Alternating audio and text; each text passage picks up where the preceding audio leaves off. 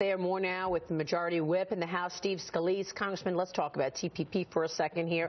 First off, China not involved in this program. We're trying to do a trade deal with other countries within the Pacific Rim.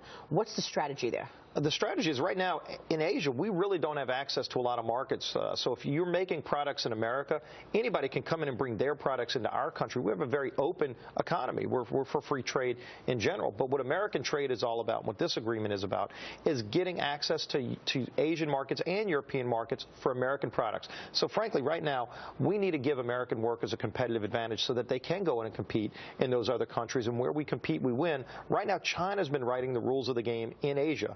And what this agreement is about, getting the ability, number one, to constraints on the president so that on the front end when he's negotiating, we literally, in the bill we're moving to pass, we literally put over 150 different clauses that limit the president's ability. He can't put things like global warming pacts in this agreement. But then it also gives Congress full veto authority on any deal. So if it's a bad deal, we can literally veto it before it even moves forward.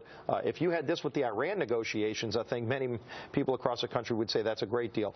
This is something that gives us the ability to give American workers a competitive advantage so that we can go compete in places we don't have trade agreements, where China's been writing the rules. How about if we write the rules for a change? It's really important here because that is where the population growth in the world is. You're seeing countries like Indonesia. I mean, you know, that's where you're seeing growth in economies, so America has to get their products in there. Right, and there's so many products, whether it's agricultural products in America, manufactured products in America, where we just can't get those products to a lot of these countries. We'll beat them on competition, but right now the rules of the game are written against us.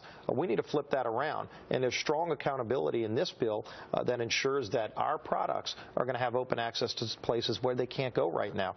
Let's go and export and create more good jobs in America, open up more markets for our workers to go compete and win. What are the potential downers in terms of not getting those constraints on the president? Go through some of the things that Congress has actually insisted on putting in this bill to limit the president and how he's dealing with some of the countries overseas. Well, things like protections of proprietary information. You know, you see countries like China stealing our data, stealing our information.